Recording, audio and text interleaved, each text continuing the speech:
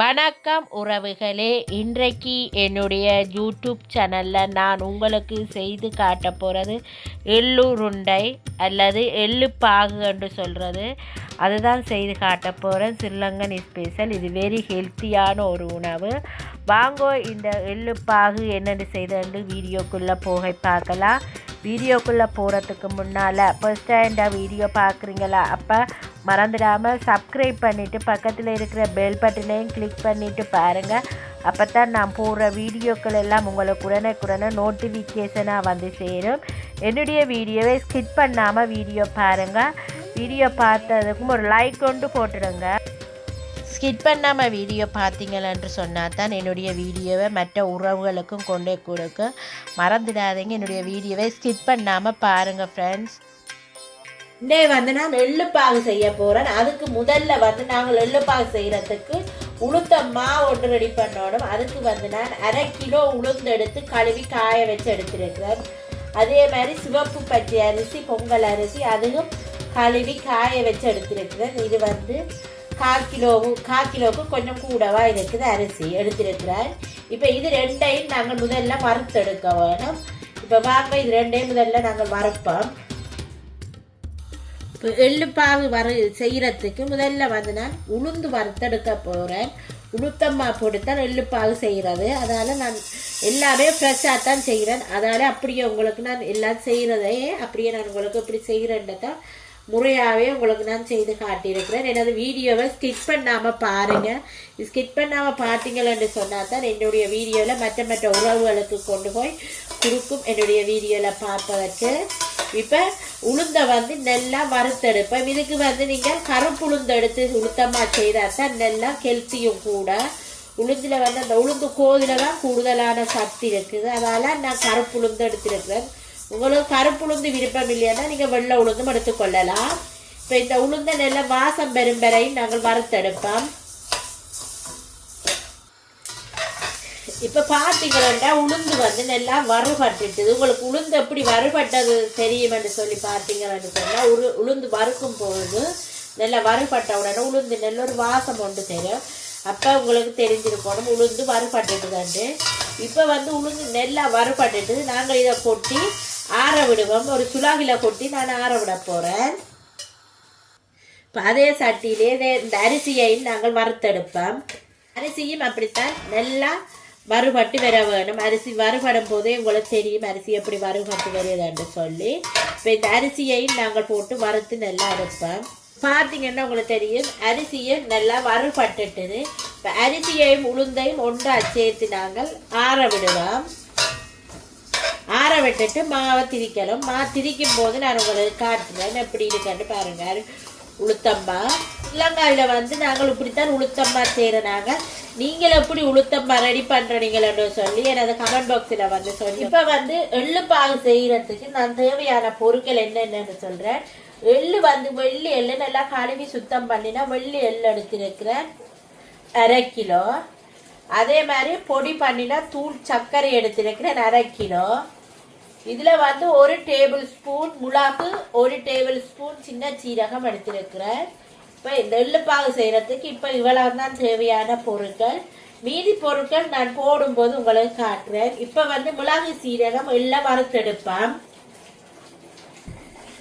இப்போ வந்து மிளகு சீரகம் வறுக்கிறதுக்கு முதல்ல நான் வந்து மிளகு போட்டிருக்கேன். சட்டி சூடுறிட்டு மிளகு போட்டிருக்கேன்.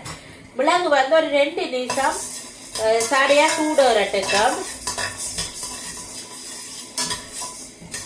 மிளகு 2 நிமிஷம் சூடுறதுக்கு பிறகு நச்சீரத்தை போட்டு வறுத்தெடுங்க.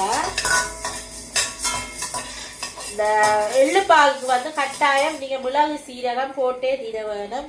அப்போத்தான் வந்து அந்த செமிப்பாட்டு தன்மை இருக்கும். எள்ளில் வந்து எள்ளு வந்து கொஞ்சம் செமிக்கிறது குறைவாக இருக்கும். இந்த மிளகு சீரகம் போட்டீங்களான்னு சொன்னால் டக்கண்டு செமிக்கும். இப்போ 2 நிமிஷமாக மிளகு வறுபட்டு கொண்டு இருக்குது. இதோட வந்து நாங்கள் இப்போ எடுத்து வச்சிருக்கிற அந்த சின்ன சீரகத்தையும் போடுவோம். சீரகத்தையும் போட்டு 2 நிமிஷம் வறுபட்டா காரம். சட்டி சூடேறினா அந்த சூட்டிலேயே இந்த மிளகு சீரகம் வறுபட்டு ஒரு வாசம் கொண்டு வரும். அப்போ நீங்கள் ரக்கினீங்கன்னா சரி, கருக விட்டுடாதீங்க. இப்போ மிளகு சீரகத்தை வறுபட்டுட்டு நாங்கள் இறக்குவோம். இது வந்து பொடி பண்ணுறதுக்காகத்தான் எடுத்து வைக்கிறேன். இது மிக்சி ஜாரில் போட்டு நாங்கள் பொடி பண்ணி எடுக்க வேணும்.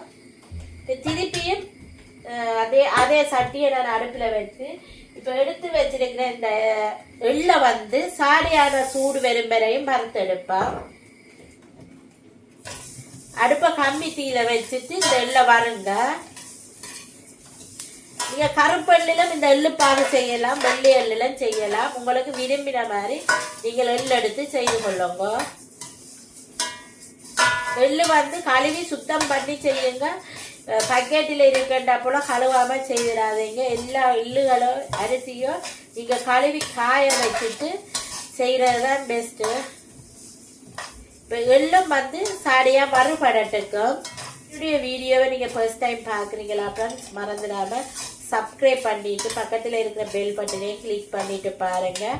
ஒரு லைக்கு ஒன்று போட்டுடுங்க வீடியோவுக்கு. வீடியோவை வந்து ஸ்கிப் பண்ணாமல் பாருங்கள். அப்போத்தான் என்ன நிறைய உறவுகளுக்கு என்னுடைய வீடியோவை கொண்டே கொடுக்கும். ஸ்கிப் பண்ணினீங்கன்னா வீடியோக்களை கொண்ட உறவுகளுக்கு கொடுக்காது. அதனால் நீங்கள் பார்க்குற நீங்கள் முழுமையாக வீடியோவை பார்த்து ஒரு லைக்கு மட்டும் போட்டுடுங்க.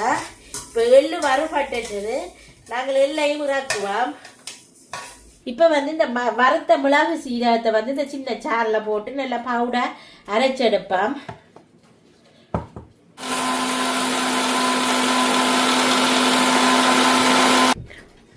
பார்த்தீங்கன்னா மிளகு சீரகம் வந்து அரைப்பட்டுட்டுது பாருங்க பவுடரை. இது ஒரு பவுலுக்கு மாற்றுவோம். இப்போ பார்த்தீங்களா வறுத்து எடுத்து வச்சிருக்கிற எள்ளை வந்து நான் கொஞ்சம் கொஞ்சமாக போட்டு மிக்சி சாரில் ஃபைன் பேஸ்ட்டை அரைச்சி எடுக்க போகிறேன். அரைச்சி எடுத்துட்டு காட்டுறேன்.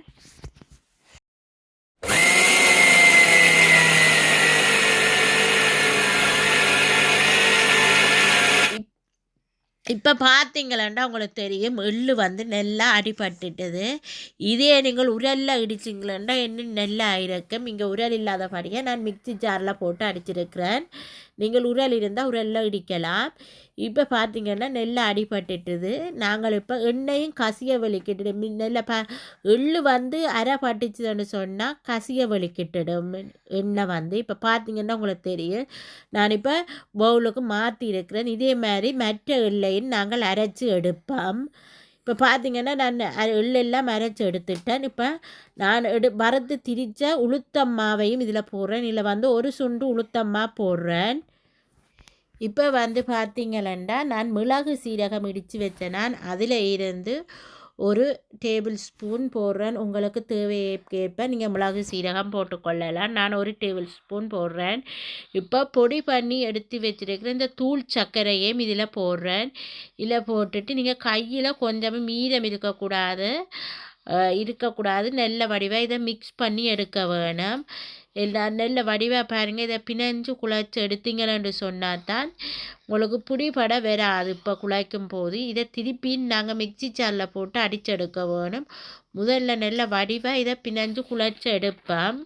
நான் உங்களுக்கு குழைச்சி எடுத்துட்டு காட்டுறேன்னு பாருங்கள். இது வந்து ஒரு ஹெல்த்தியுமான ஆரோக்கியமான ஒரு உணவு. இதை நீங்கள் மறந்துடாமல் குட்டீஸுக்கெல்லாம் செய்து கொடுங்க. அவங்க விரும்பி சாப்பிடுவாங்க. நான் பிணைஞ்சு குழைச்சிட்டு காட்டுறேன். இப்போ பார்த்தீங்களா நான் நல்ல வடிவாக எல்லாத்தையும் மிக்ஸ் பண்ணிட்டேன். மிக்ஸ் பண்ணினதுக்கு பிறகு இது பிடிபடாது. திருப்பியும் இதை நாங்கள் ரெண்டாம் தரம் இன்னொருக்கா மிக்சி ஜாரில் போட்டு அடிச்செடுக்க வேணும். அப்படி அடித்தும் உங்களுக்கு பிடிக்க வரையிலேன்னு சொன்னால் கொஞ்சமாக சுடுதண்ணி விட்டு மிக்ஸ் பண்ணிவிட்டு பிடிக்கலாம். இப்போ நாங்கள் இதில் இருக்கிற எல்லாத்தையும் மாவையும் திருப்பி இன்னொருக்கா மிக்சி ஜாரில் போட்டு அடிச்செடுப்போம். இப்போ பாருங்கள் நான் ஈரமில்லாத பவுலில் போட்டிருக்கிறேன். இதே மாதிரி எல்லா மாக்களையும் அடித்து நாங்கள் ஒரு பவுலில் மாற்றி கொள்ளுவோம். ஈரமில்லாத பாத்திரத்தில் தான் முதல்ல இதை நாங்கள் போட்டுக்கொள்ள வேணும். ஏனென்று சொன்னால் இந்த எள்ளுப்பாகு வந்து 3 மாதங்கள் வச்சு சாப்பிடலாம். அதால் நீங்கள் ஈரமில்லாத பாத்திரத்தில் போடுங்க. நம்ம எல்லாத்தையும் அடிச்சிட்டு நான் உங்களுக்கு காட்டுறேன் அப்படி இருக்குன்னு சொல்லி பாருங்கள். இப்போ பார்த்தீங்கன்னா உங்களுக்கு தெரியும் எள்ளுப்பாகுமா வந்து பிடிக்கிறதுக்கான பருவமாக தான் இருக்குது. பார்த்தாலே உங்களுக்கு தெரியும் பாருங்கள். நல்லா கசிஞ்சு பிடிக்கிற மாதிரி இருக்குது. ஆனாலும் கொஞ்சம் ஒரு 2 டேபிள் ஸ்பூன் நான் வந்து சுடு தண்ணி விட போகிறேன். விட்டுட்டு நல்லா பிணைஞ்சு குழச்சி எடுப்பேன். கணக்க விட்டுடாதீங்க. 2 டேபிள் ஸ்பூன் காணுமான அளவாக இருக்குது. 2 டேபிள் ஸ்பூன் காணும். சுடுதண்ணியை விட்டுட்டு நல்லா பிசைஞ்சு குழச்சி எடுங்க. குழச்சி எடுத்துட்டு நான் உங்களுக்கு காட்டுறேன். நீங்கள் இதிலேயே மிக்சி சார்லேயும் விட்டு அடித்து எடுக்கலாம். ஏனென்று விட்டு அடித்து எடுக்கலாம். நான் ஏன் விட்டு அடிக்கிறேன்னு சொன்னால், எல்லாத்தையும் ஒன்று அடித்து எடுத்துட்டு கொஞ்சமாக விட்டு குழச்சி எடுக்கலாம்ன்றதுக்காண்டி தான் நான் விடையில சுடுதண்ணி மிக்சி சாரில் விட்டு அடிக்கல. நீங்கள் விருப்பம் வேண்டாம், போட்டு அடிக்கும் போதே நீங்கள் மிக்சி சாரில் கொஞ்சமாக சுடுதண்ணி விட்டு அடித்து கொள்ளலாம். இப்போ எள்ளு உருண்டை உங்களுக்கு எவ்வளவுக்கு தேவையோ உருண்டை அவ்வளவுக்கு நீங்கள் பிடிச்சி கொள்ளலாம். எள்ளுருண்டை நல்லா டைட்டாக இறுக்கி பிடியுங்க. அப்போ தான் உடையாமல் இருக்கும். பார்க்க தெரியுது பாருங்க எப்படி வந்திருக்கேன் எள்ளுருண்டை. இதில் சர்க்கரையும் போட்டு உளுந்து நான் கோதோட இருந்த உளுத்தம்மா போட்டபடியாக தான் இந்த உருண்டை இந்த கலரில் இருக்குது. நீங்கள் வெள்ளையாக வர வேணுமென்று சொன்னால் ஒயிட் சுகர் போட்டிங்களாண்டாலும் வெறும் நான் ஒயிட் சுகர் போடையில. இதில் நாட்டு சர்க்கரை தான் நான் போட்டிருக்கிறேன்.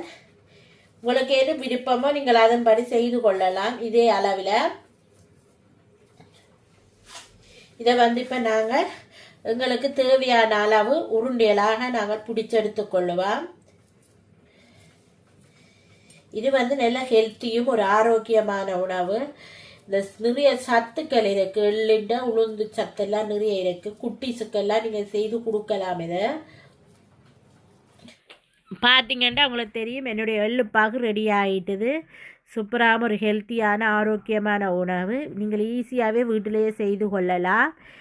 இந்த வீடியோ உங்களுக்கு பிடிச்சிருந்தால் மறந்துடாமல் சப்ஸ்கிரைப் பண்ணிவிட்டு பக்கத்தில் இருக்கிற பெல் பட்டனையும் கிளிக் பண்ணிவிட்டு பாருங்கள். அப்போ தான் நான் போடுற வீடியோக்கள் எல்லாம் உங்களுக்கு உடனுக்குடனே நோட்டிஃபிகேஷனாக சேரும். ஓகே ஃப்ரெண்ட்ஸ், இதே மாதிரி இன்னொரு ரெசிபியுடன் உங்களை சந்திக்கும் வரை உங்களிடமிருந்து விடைபெறுவது நான். Bye friends.